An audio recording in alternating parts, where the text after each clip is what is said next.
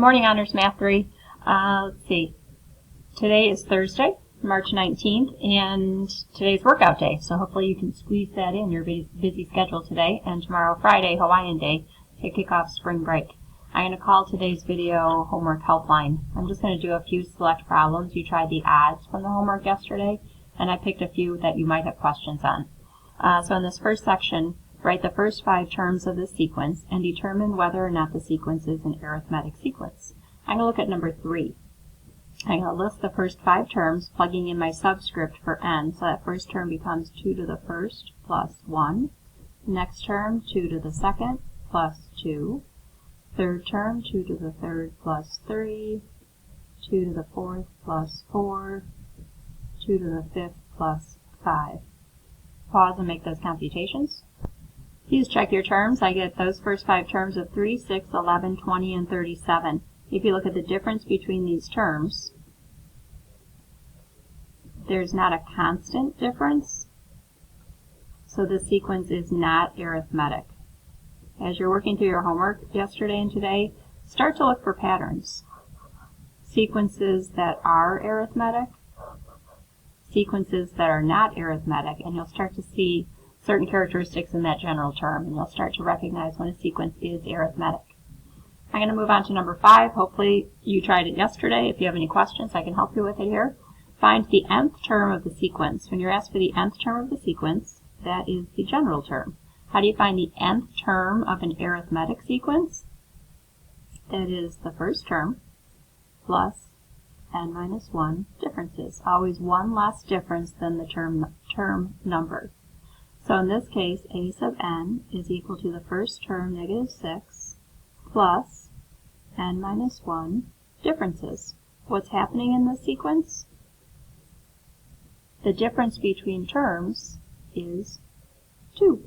We're adding 2 every time. So my common difference, d, is equal to 2. If I plug that in, simplify this, I'm going to distribute. My general term comes out to be negative 6 plus 2n minus 2, or a sub n is equal to 2n minus 8.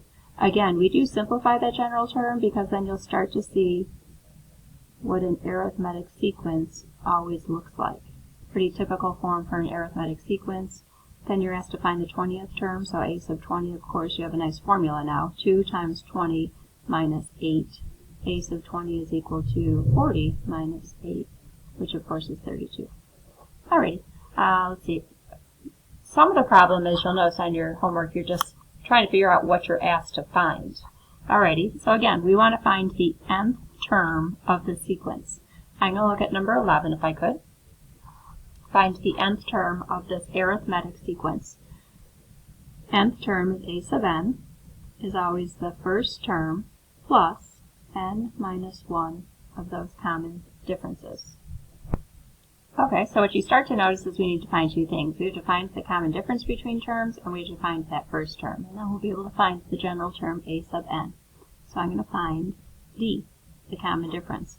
How did we find d? You notice between the 6th term and the 11th term, what's the difference between those 2 numbers? So I'm going to take negative 73 minus a negative 38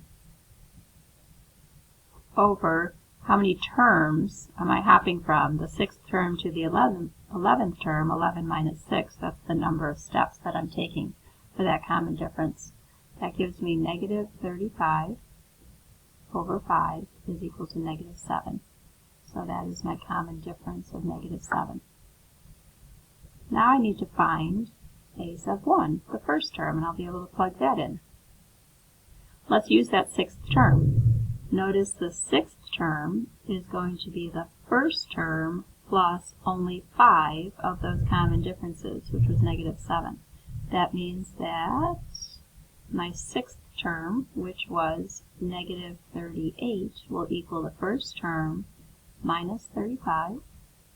Solve for a sub 1, add 35 to both sides, and I get a sub 1 must equal negative 3. So here's a formula for the general term. A sub n will equal the first term, which was negative 3, plus n minus 1 of those common differences, which was negative 7. I'm going to distribute, simplify this. a sub n is equal to negative 3 minus 7n plus 7. So the general term can always be found for the sequence. Negative 7n plus 4 is a formula for the general term of the sequence. Again, look at the form of that. Some of you start to notice to find the common difference in an arithmetic sequence looks kind of slopey.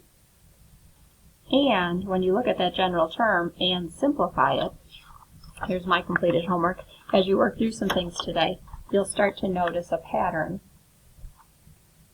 for the general term of an arithmetic sequence. And then you go back to Honors Math 1 and say, oh yeah, an arithmetic sequence is always something special. So start to notice that today as you're working. Okay, I picked a few on the back of your homework just to give you a little explanation if you needed it. In this first section, we're asked to find the indicated sum. So again, half the battle is deciding what you're asked to find. We're asked to find the sum of an arithmetic sequence. We saw yesterday to find the sum of an arithmetic sequence, we used the formula, the number of terms divided by 2 times the first plus the last. If I look at number 15, the sum of the first 50 terms will equal 50 divided by 2 times the first, a sub 1, plus the last. In this case, the last term is a sub 50. The problem is I don't know the 50th term of the sequence, but I can certainly find it. A sub 50 will always be the first term, negative 6, plus 1 less of those common differences. My common difference was 4. Pick up your calculators. Find the 50th term of the sequence. I get 190 for the 50th term. So the sum of the first 50 terms will be 25 times negative 6 plus 190. The sum of the first 50 terms, we use that notation in this case, check your work, is 4,600. Another one I thought that could use a little explanation is number 17. So let's check number 17 now. Again, I'm asked to find the sum of this arithmetic sequence. Always let the formula be your guide, so jot down your formula. I know the sum is always the number of terms divided by 2 times the first plus the last. Do I know any of these things in the sequence?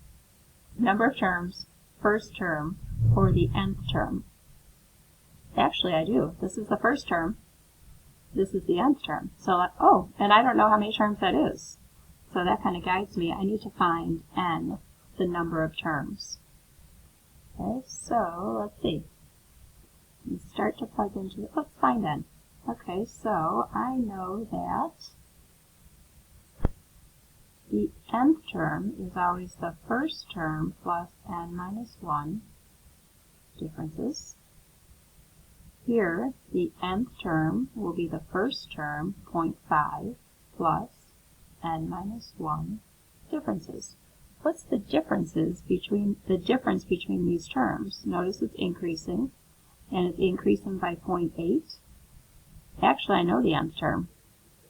The nth term is 70.1 will equal 0.5 plus, I don't know n minus 1 of those differences. Okay, we might need a calculator here. If I subtract 0.5 on both sides, I'm left with 69.6 is equal to, we can either distribute or divide both sides by 0.8, right? So that is what? N minus 1 times 0.8. Let me pick up a calculator, divide both sides by 0.8, and I get 87 is equal to n minus 1, so n must equal 88. So there are 88 terms in the sequence we're trying to add up. So the sum of those 88 terms will always be 88 divided by 2 times the first, 0.5, plus the last, and the last was 70.1. The sum of the first 88 terms, 44, times, what is that, 70.6, and I got 3106.4 for the sum of those 88 terms. That was a little bit different because we had to find the number of terms n. Alrighty, find the sums of the following arithmetic sequences. For these, I use those formulas that we saw in the 7.1 notes, so you might want to go back to the 7.1 notes. This is the sum of the first 50 integers. This can be separated because there's a sum inside your sequence, but be careful you're just finding the sum from 75 to 500, we're going to look at this one because that was on yesterday's homework. We had a property of sequences that 2, that coefficient can come out, so that's 2 times the sum of n equals, starting at 51, going all the way up to the 100th term of n. And now that is the sum of the integers, I look at that as, from 51 to 100. Okay, that is the same as 2 times. Notice when I'm starting at 51, I have this trick. Remember, I can find the sum from 1 to 100 of those integers, and then subtract off the ones I don't really want. I don't want the integer sums from 1 to 50, so I can subtract off the ones we don't want from 1 to 50, and that will leave me with the 51 through 100, and those are of those integers. So that's the same as 2 times. There was a formula for the sum of the integers. The sum of the first however many integers was n times n plus 1 divided by 2. So in this case, I'm going from 1 to 100 and plug into that formula. What is that? 100 times 101 divided by 2 minus the sum of the integers from 1 to 50 is 50, times 51 divided by 2. Alright, we need a calculator there, and if you plug those things into your calculator, take a moment, and I get a sum of 7550, a hefty sum. Alrighty. And I thought 23 could be a little tricky. You also tried 25 last night, so if I can help you with 23, you might be able to figure out 25, and then you could try that one more time with number 24. Okay, if you read number 23, you're asked to find how many terms of that arithmetic sequence must be added to get the sum of 1573. So a couple things are going on here. How many terms? You're asked to find n, the number of terms, must be added. When I see that, I think of the sum of an arithmetic sequence as n over 2 times the first plus the last. Do we know anything to plug into that sum? Well, we don't know n. That's what we're asked to find. I do know the first term. There's my a sub 1. So s sub n is equal to the number of terms divided by 2 times the first, which is negative 2, plus, do we know the last term? No, and we don't even know how many terms are in that sequence. But I can find an expression for a sub n. A sub n is always the first term plus n minus 1 differences. What's the difference between terms? Notice I'm adding 5, so the nth term will be the first term, negative 2, plus n minus 1 differences, and the difference between terms is a positive 5. Simplify that, distribute, a sub n is equal to negative 2 plus 5n minus 5, and the nth term of the sequence is 5n minus 7. Again, please notice what that general term always starts to look like for an arithmetic sequence. Now I can plug that in for a sub n, which is 5n minus 7. Now I know the sum. What number of terms must be added to get a sum of 1573 has to equal n over 2 times 5n minus 9. I'm going to multiply both sides by 2 to get rid of that 2 times 2. I'm going to distribute that n. So left-hand side, when I multiply by 2, becomes 3146. 3146 is equal to 5n squared minus 9n. And solve for n. Okay, this is where this gets tricky. So now I'm going to take that and solve that quadratic. Okay, to solve this quadratic, I set it equal to 0. Okay, this took me a while. This was the toughest one to factor. So then I tried to find two numbers that multiply, same two numbers that add. That took me a little playing around. I found positive 121 and negative 26. This gives me a negative solution for n. That means that n has to equal 26, and I just found the number of terms. I would have to add up 26 terms in that sequence to get a sum of 1573. Last video, check in Friday for your short assignment.